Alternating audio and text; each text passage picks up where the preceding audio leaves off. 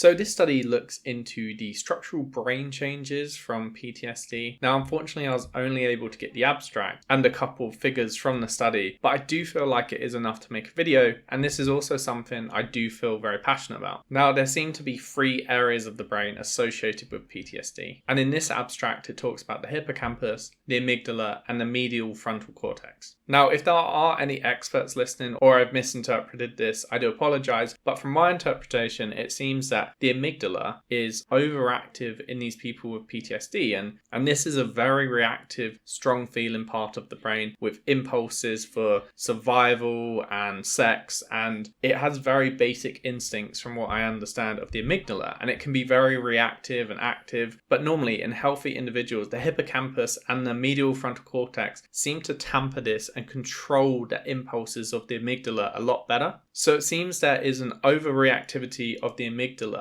potentially caused by a failing of these higher brain function areas, effectively the hippocampus and the medial frontal cortex not really doing their job. And I guess this resulting in the amygdala being way more active than it should be, causing the resultant actions, feelings, and everything else that goes along with PTSD. Now, as I said, I don't have the full study, but I do have a couple of images. One in particular, which I saw was very useful, was this one. Now, you can see here we've got 3 groups, and that's PTSD patients, combat controls, and normal controls. And on the left, you got their activity in the left amygdala just during white noise. Now, the normal controls had their activity in their left amygdala actually go down when they heard combat sounds. The combat controls went up a little bit in their amygdala, which makes sense because they're trained to react to combat, fighting sounds, etc. But the PTSD patients who were veterans had the highest increase in activity in the amygdala. So their brain is obviously still reacting to these stimuli, even though they shouldn't technically have to react or still be at war. I just think it's quite an interesting observation, and it shows the potential damage and reactivity. Now, again, I do have a real passion for this topic, and it would be good to find out a little bit more. But unfortunately, this is all I could find on the topic. And I do also wonder sometimes whether I've suffered from PTSD as well, or do suffer. So it'd be good to find out more for that reason as well. But I do hope you enjoyed the video, and I hope it was informative. I'm sorry it wasn't more information, but I think it's a cool topic, and I hope you liked the video. And if you have watched it all the way to the end, thank you for watching. I really appreciate it. And that's pretty much the end. So thanks again.